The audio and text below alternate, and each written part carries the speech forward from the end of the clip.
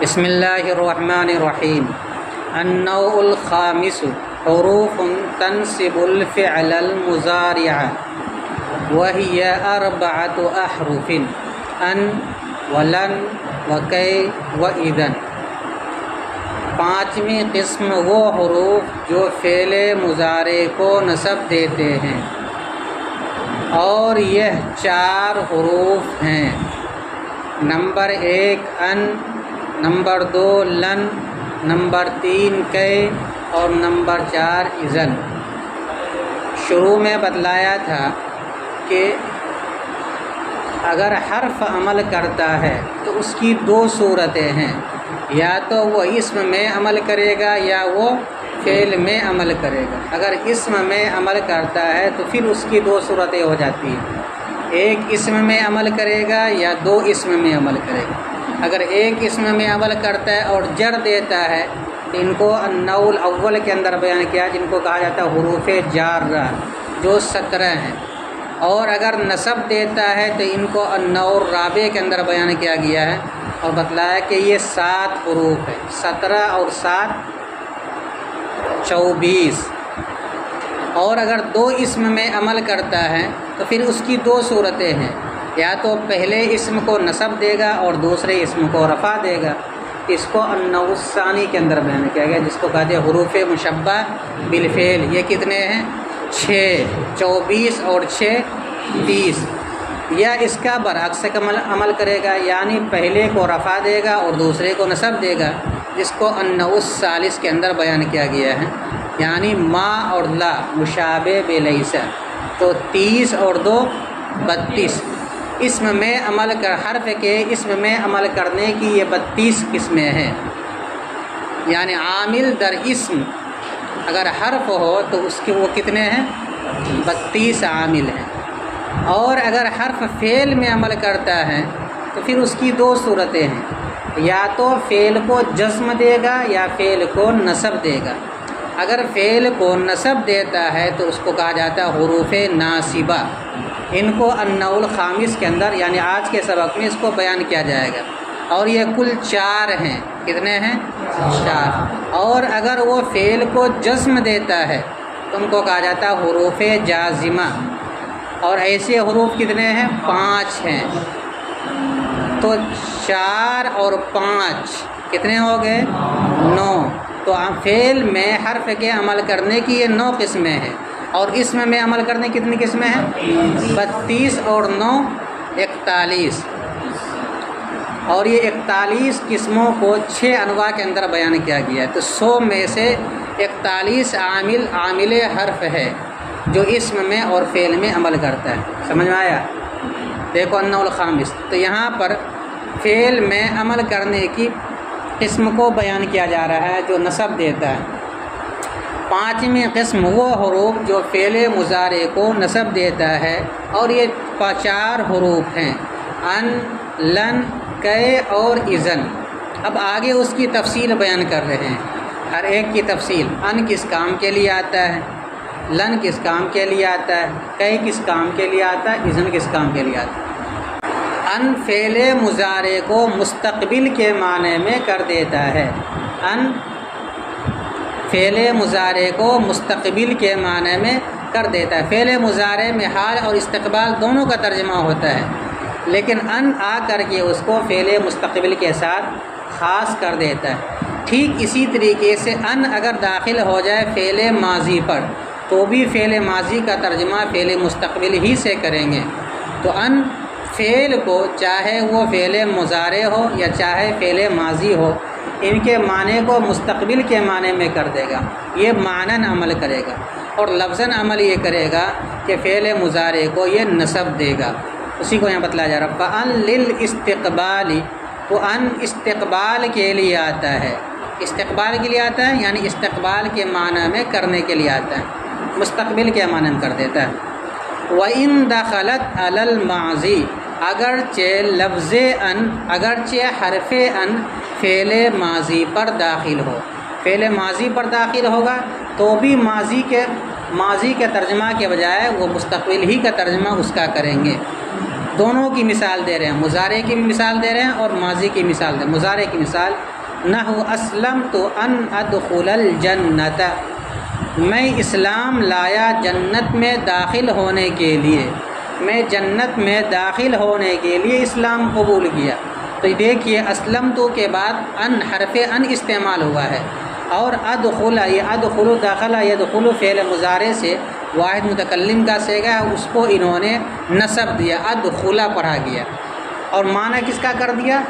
جنت میں داخل ہونے کے لیے۔ ظاہر سی بات، آج اسلام لے رہا، آج جنت میں داخل نہیں ہو جائے گا، مرے گا، پھر میدان کے اندر میدان محشر میں حساب کتاب ہوگا، پھر اس کے بعد لوگ کوئی جنت میں جائے گا، کوئی جہنم میں جائے گا، ایمان والا جنت میں جائے گا۔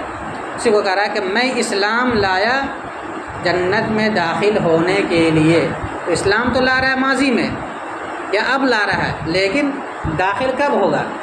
مستقبل۔ تو ان نے بتلا دیا کہ مستقبل میں اس کا دخول ہوگا، یعنی اس کا سبب مرتب ہوگا۔ یہ تو فعل مضارع کی مثال ہے۔ فعل ماضی کی مثال اسلم تو ان دخلت الجنت، اس سے پہلے بھی اسلم تو فعل محذوف نکال لیں گے۔ اسلم تو ان دخلت الجنت، میں اسلام لایا جنت میں داخل ہونے کے لیے۔ یہاں بھی ترجمہ یہ نہیں کریں گے کہ اگر میں داخل ہوں جنت میں، یہ ترجمہ نہیں ہوگا۔ ان کا ترجمہ کریں گے ان مصدریہ کا، ماضی کو، فعل کو مصدر کے معنی میں کر دے گا، اور وہ مصدر کا ترجمہ کس کا ہوگا؟ استقبال کا ہوگا۔ اور میں اسلام لایا جنت میں داخل ہونے کے لیے، دونوں کا ترجمہ سیم ہوگا، مضارع کا بھی اور ماضی کا بھی، اور سیم ہونے کی وجہ کہ ان دونوں پر داخل ہے، اور ان فعل ماضی کو بھی اور مضارع کو بھی مستقبل کے ساتھ خاص کر دیتا ہے۔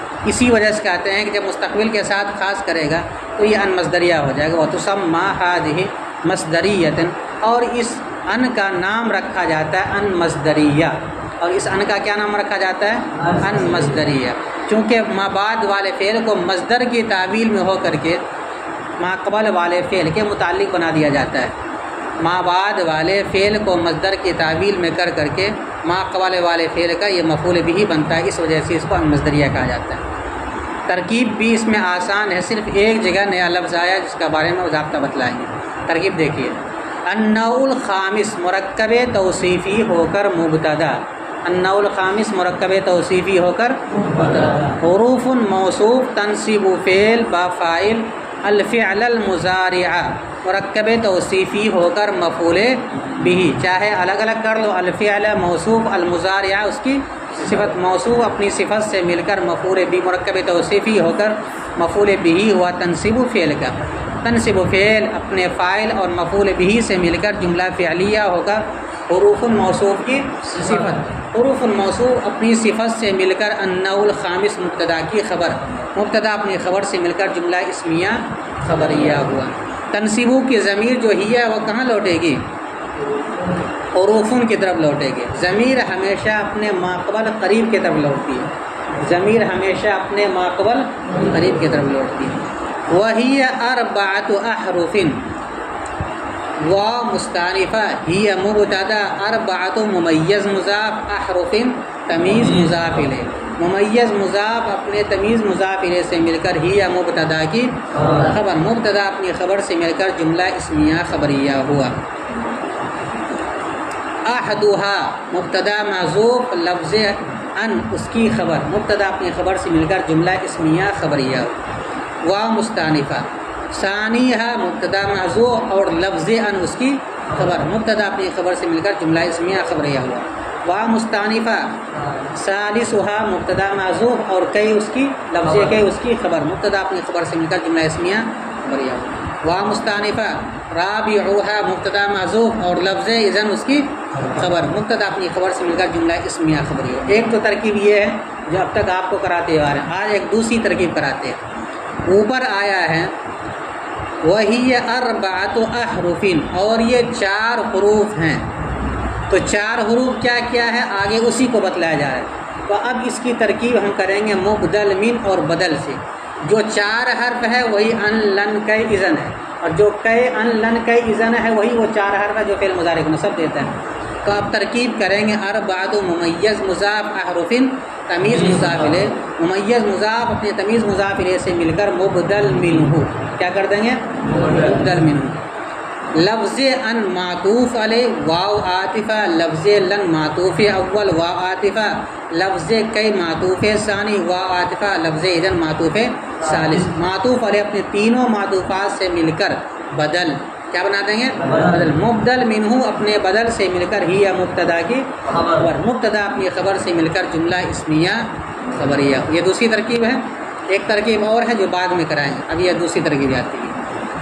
اب آگے ہر ایک کی تفصیل بیان کرتے ہیں، اور شروع میں آپ کو بتلایا تھا کہ اگر اجمال کے بعد تفصیل سے پہلے جو فا آتا ہے اس فا کو فا تفصیلیہ کہا جاتا ہے۔ تو فعن للاستقبال میں جو فا ہے اس فا کو کیا بنائیں گے؟ فا تفصیلیہ، فا تفصیلیہ، فا تفصیلیہ۔ لفظ ان مبتدا، لفظ ان مبتدا، لام حرف جار، الاستقبالی مجرور، جار اپنے مجرور سے مل کر ثابتن کے متعلق ہو کر لفظ ان مبتدا کی خبر، مبتدا اپنی خبر سے مل کر اس کو بنا دیں گے جزائے مقدم۔ کیا بنا دیں گے؟ دیکھیے، ایک ہوتا ہے ان اور ایک ہوتا ہے وہ ان، ایک ہوتا ہے ان اور ایک ہوتا ہے وہ ان۔ ان اگر ہو تو اس کا ترجمہ کرتے ہیں اگر سے، اور یہ شرطیہ مانا جاتا ہے، اور اگر آ جائے وہ ان تو اس کا ترجمہ کرتے ہیں اگرچہ، کیا ترجمہ کرتے ہیں؟ اگرچہ۔ اور اس کو کہا جاتا ہے ان وصلیہ، کیا کہا جاتا ہے؟ ان وصلیہ۔ تو ان وصلیہ کی ترکیب کیسے کرتے ہیں؟ تو اس کی ایک ترکیب جو سب سے زیادہ آسان ہے، علامہ رضی نے اسی کو اختیار کیا ہے، وہ یہ ہے کہ ان وصلیہ سے پہلے جو کلام ہے اس کو بنا دیں جزائے مقدم۔ کیا بنا دیں؟ جزائے مقدم۔ اور اس واو کو بنا دیں واو اعتراضیہ۔ کیا بنا دیں؟ اور اس کے بعد جو کلام ہے واو کے بعد اس کو بنا دیں شرط مؤخر، کیونکہ ان تو شرطیہ ہے، اس کو بنا دیں شرط مؤخر۔ تو یہ آسان ترکیب ہے، وہی ترکیب ہم کرا رہے ہیں یہاں پہ۔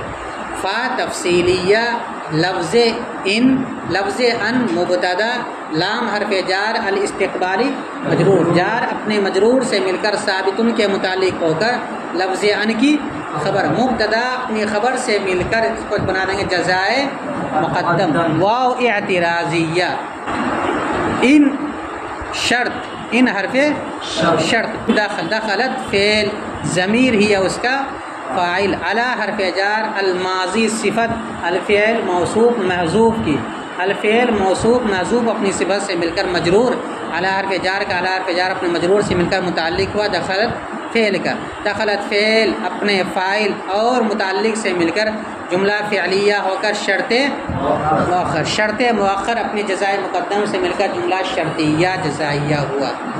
ایک ترکیب یہ کرتے، ایک ترکیب اور بھی کرتے ہیں جو عام طور پر شبہات کے اندر لکھی ہے۔ وہ ترکیب کیا ہے؟ کہتے ہیں کہ یہ جو واو ہے اس واو کو بناتے ہیں واو حالیہ۔ کیا بنا دیتے ہیں؟ واو حالیہ۔ اور واو سے پہلے جو آتا ہے، واو سے پہلے جو کلام آتا ہے اور اس کا اگر کوئی فعل یا شبہ فعل ہوتا ہے تو اس میں جو ضمیر ہوتی ہے اس ضمیر کو نکال کر کے بنا دیتے ہیں ذوالحال۔ کیا بنا دیتے ہیں اس کو؟ ذوالحال۔ یا ما قبل والے کلام کو بنا دیتے ہیں ذوالحال، اس کو واو بنا دیتے ہیں حالیہ۔ ان کو اور پورا ان کے بعد والے جملے کو بنا دیتے ہیں حال۔ کیسے ترکیب کریں گے؟ ترکیب کریں گے لفظ ان مبتدا للاستقبالی، جار مجرور سے مل کر ثابتن کے متعلق، اور ثابتن میں جو ہوا ضمیر ہے اس کو بنا دیں گے ذوالحال۔ کیا بنا دیں گے؟ واو حالیہ۔ ان حرف شرط دخلت فعل با فاعل، علی الماضی اے علی الفعل الماضی، دخلت کا متعلق، دخلت فعل اپنے فاعل اور متعلق سے مل کر جملہ فعلیہ ہو کر حال۔ کیا بنا دیں گے؟ حال۔ ذوالحال اپنے حال سے مل کر فاعل ثابتن شبہ فعل کا، ثابتن شبہ فعل اپنے فاعل اور متعلق سے مل کر اب لفظ ان مبتدا کی خبر، مبتدا اپنی خبر سے مل کر جملہ اسمیہ خبر۔ یہ تھوڑا سا پیچیدہ ہے، وہ پہلے جو کرائے تھے وہ زیادہ آسان ہے، اسی کو علامہ رضی نے اختیار کیا۔ پہلے والے کو بنا دیں گے جزائے مقدم واو اعتراضیہ، اور ما بعد کو شرط مؤخر، شرط مؤخر اپنے جزائے مقدم سے مل کر جملہ شرطیہ۔ اور بھی ترکیب ہے، چھوڑو اس کو۔ مثال کے ترکیب دیکھو، نحو مضاف، اسلمت فعل با فاعل، اسلمت فعل با، ان ناصبہ، ان ناصبہ، ادخل فعل با فاعل، الجنت مفعول فی، الجنت مفعول فی، ادخل فعل اپنے فاعل اور مفعول فی سے مل کر بتاویل مصدر ہو کر معطوف علیہ کیا بنا دیں گے؟ واو عاطفہ الناصبہ دخلت الناصبہ دخلت فعل با فاعل الجنت مفعول فی دخلت فعل اپنے فاعل اور مفعول فی سے مل کر بتاویل مصدر ہو کر معطوف کیا بنا دیں گے؟ معطوف علیہ اپنے معطوف سے مل کر اب اسلم تو کا مفعول بھی اسلم تو فعل اپنے فاعل اور مفعول بھی سے مل کر نحو مضاف کا مضاف الیہ نحو مضاف اپنے مضاف الیہ سے مل کر خبر ہو جائے گی مثال ہو مبتدا محذوف کی مبتدا محذوف اپنے خبر سے مل کر جملہ اسمیہ خبریہ ہوا واو مستانفہ تسمى فعل مجهول هذه نائب فاعل مصدریۃ مفعول به ثانی هذه سے مراد وہی ان ہے اس لیے اس کو بنا دیں گے مفعول نائب فاعل یعنی مفعول به اول تسمى فعل مجهول هذه نائب فاعل اور مصدریۃ مفعول به ثانی تسمى فعل مجهول اپنے نائب فاعل اور مفعول به ثانی سے مل کر جملہ فعلیہ خبریہ ہوا فعل مجہول کا ہمیشہ نائب فاعل آتا ہے اور نائب فاعل مفعول بھی اول کے درجے میں ہوتا ہے اس لیے بعد والے مفعول کو مفعول ثانی کہیں گے تسمى فعل مجہول هذه اس کا نائب فاعل مصدریۃ مفعول به ثانی تسمى فعل مجہول اپنے نائب فاعل اور مفعول به ثانی سے مل کر جملہ فعلیہ خبریہ